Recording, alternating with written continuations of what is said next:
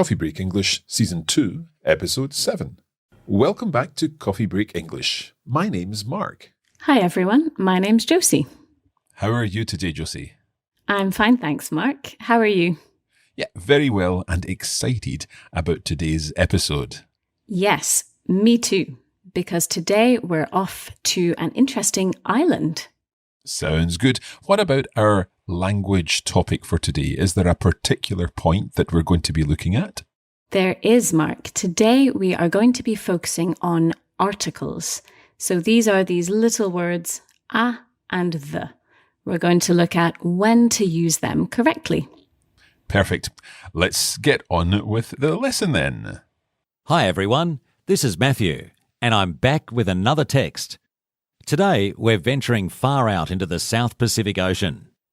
Around 640 kilometres north of the island of Samoa, in the South Pacific Ocean, is the atoll of Puka Puka. Puka Puka is the most remote part of the Cook Islands. The total land area of the atoll is 3 square kilometres, and the island has a population of just 785. The coral atoll of Puka Puka is a very beautiful place. And although it is extremely remote, many travellers think it is worth visiting for its amazing beaches and natural landscapes. There are 3 main villages on the island, called Takanumi, Kodipolo, and Te Langakula. However, in daily life, the islanders refer to the villages as Taipani, which means Japan, Malaiki or America, which means the United States, and Olani, which means Holland. During the regular sports events between the villages, they even use the flags of these countries. But there is a mystery on Puka Puka. During an archaeological dig, bones of a dog dating back to 300 BC were discovered. But according to the Puka Puka people, dogs have never existed on the island. The bones do not match Polynesian dogs or Australian dingoes, and there are no matching fossils from Southeast Asia. In fact, it seems that this particular dog has never existed anywhere else on Earth. Since it was discovered, not much more has been revealed about the fossil dog of Puka Puka, so the mystery on this beautiful remote island continues. An interesting story indeed. I like a bit of mystery. Yes, very mysterious. Let's go back through the text now. And Josie, do you want to read each sentence and we can talk about what's included? Okay, let's get started. Around 640 kilometres north of the island of Samoa in the South Pacific Ocean is the atoll of Puka Puka. Okay, so we are heading to the South Pacific Ocean. Josie, where is that? Well, the South Pacific Ocean is basically in between Australia and South America. Okay. What about this first sentence then? Is there anything you want to talk about here? Yes. So as you said, we're in the South Pacific Ocean. So this is the first rule I want to point out about when we use the word the.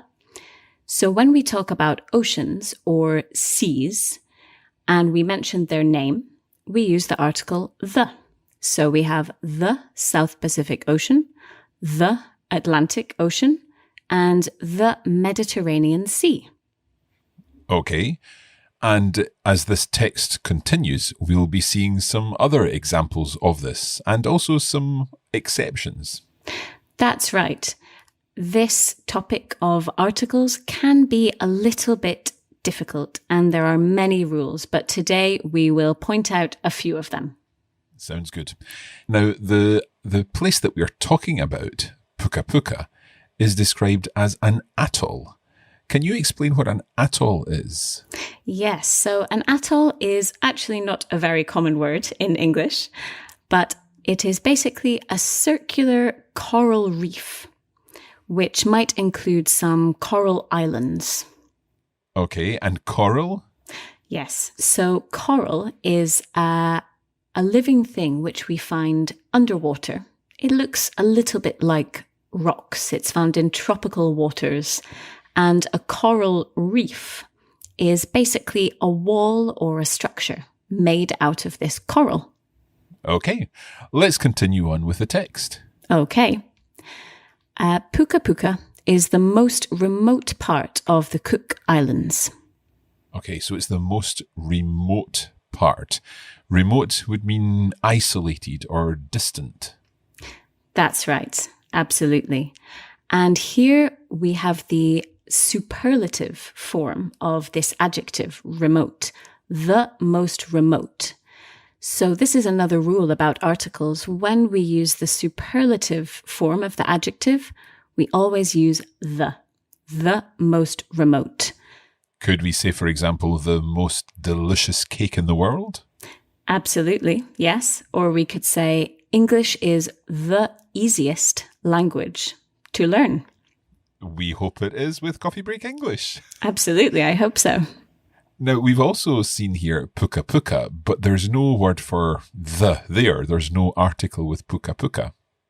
That's right, absolutely. And that's because when we use the names of islands, we don't use an article.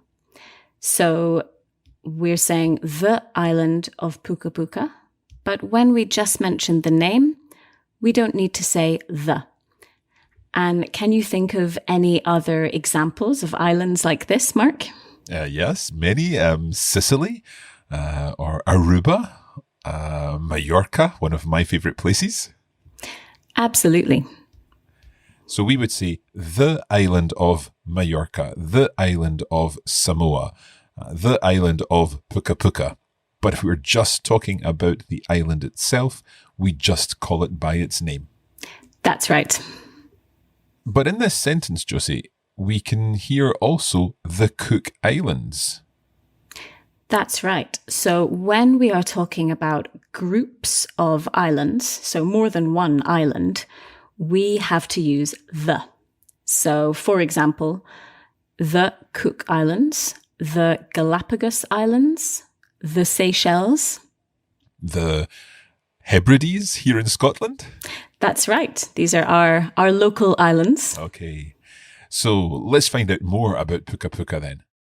Okay. The total land area of the atoll is 3 square kilometers, and the island has a population of just 785. So that means that only 785 people live on the island. That's right. So it's quite small. Let's continue. The coral atoll of Puka Puka is a very beautiful place. And although it is extremely remote, many travellers think it is worth visiting for its amazing beaches and natural landscapes.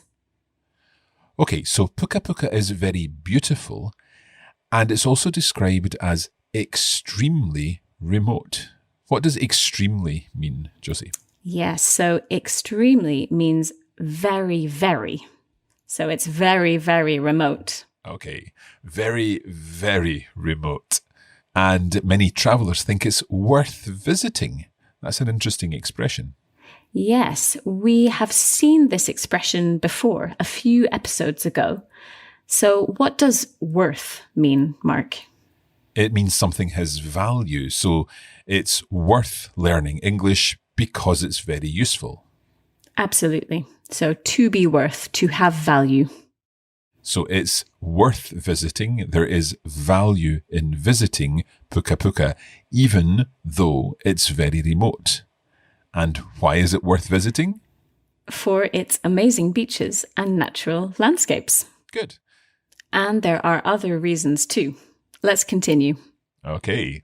There are 3 main villages on the island called Takanumi, Kotipolo, and Te Langakula. Okay. So 3 main villages. That's interesting. Yes. So main is a synonym for principal. It's another word for principal. Okay. So like the most important one. Absolutely. So for example, we talk about the main entrance of a building, which means the principal entrance, the most important one that everyone uses. Okay. Or could we talk about a main road? That's right. So that means a big, important road. Okay. So the main villages are called Takanume, Kotipolo, and Te Langai Kula, but they've got different names in everyday life. They have. Let's find out about them. However, in daily life, the islanders refer to the villages as Taipani, which means Japan, Malike or America, which means the United States, and Olani, which means Holland. Okay, so they are referred to by these names, which are names of countries. Let's talk about the articles here. Yes, so for most countries, we do not need to use an article. So we have Japan and Holland without an article. We don't say the Japan, the Holland. But when it comes to the United States, we do use an article. We do. The reason for this is that the United States contains a common noun. So states is a noun. Other examples of countries like this include the United Kingdom. Kingdom is a noun. And the Czech Republic. So republic is a noun as well. Okay. Now, Holland is sometimes known as the Netherlands. That's right. This is sort of another exception. And this is because the Netherlands is plural. So the Netherlands, which means the Low Countries, we use the article here. Good. Okay. Anything else in this sentence? Yes. So earlier on in the sentence, before these countries, we have the islanders refer to the villages. First of all, what is an islander, Mark? An islander is someone who lives on an island. That's right. So we have the islanders refer to the villages. Here we are using the article the. And this is because the first time that we mentioned these villages, we didn't use an article. We said there are 3 main villages. And this is because it's the first time we're mentioning them. But now that we know which specific villages we're talking about, we can use the. The makes things more specific. Exactly. So, for example, if I said, I saw a dog yesterday, that's not yet specific. But if I say, the dog was very big, I'm being specific about which dog I saw yesterday. Absolutely. Let's go on and find out a little more about the villages. Okay. During the regular sports events between the villages, they even use the flags of these countries. Okay, why do we say the flags here? Well, we say the flags because we know which flags we're talking about. We've already named these countries. They're Japan, the United States, and Holland. So they are flags of specific countries, specific flags. Good. Okay, we're going to take a short break there. We'll be back in just a moment. Welcome back. Today we are in the South Pacific Ocean on the island of Puka Puka. But there's something strange about this island, isn't there, Josie? Yes, there is a mystery on Puka Puka. During an archaeological dig, bones of a dog dating back to 300 BC were discovered. But according to the Puka Puka people, dogs have never existed on the island. Okay, right. An archaeological dig. Now, archaeology is the study of human activity by finding objects from the past in the ground. Yes, usually in the ground. So an archaeological dig, the verb to dig means to move earth. And we usually do this with a tool or maybe with our hands, and usually to make a hole. And in this case, a dig, an archaeological dig, it's being used as a noun to describe this event. Okay. So during this dig, there were bones found. That's right. So bones of a dog were found. So with both of these nouns, bones and dog, we are not using the, because this is the first time we are mentioning both the bones and the dog. So when we have a plural, non-specific noun, we don't use an article, bones, not the bones. And when we have a singular, non-specific noun, we use a dog. Okay, and these bones dated back to 300 BC. Absolutely. So this expression, dating back to 300 BC, this means that the bones can be traced to the year 300 BC. They are from the year 300 BC. But strangely, according to the Puka Puka people, dogs have never existed on the island. And there's no article there either. Dogs. Yes, there's no article here. And that's because here we are talking about dogs in general. All dogs, not some specific dogs. So, for example, I could say, I like strawberries. And that means I like all strawberries in general. Or I could say, I like the strawberries which grow in my garden. And here I'm talking about some specific strawberries. So I say the strawberries. Excellent. Okay, let's continue on to find out more about the bones. Okay. The bones do not match Polynesian dogs or Australian dingoes. And there are no matching fossils from Southeast Asia. Okay. Now, fossils are parts of very old plants or animals which have been preserved in rock. Yes, that's right. And it's worth mentioning that at the start of this sentence, I said, the bones. The bones do not match Polynesian dogs. Now, why do you think I'm using the article the here, Mark? Because you're referring to the bones which we have now already mentioned. That's right. So these are specific bones which we know about now, the bones of this dog. Okay. And what about this particular dog? So, in fact, it seems that this particular dog has never existed anywhere else on Earth. Wow. Okay, this particular dog.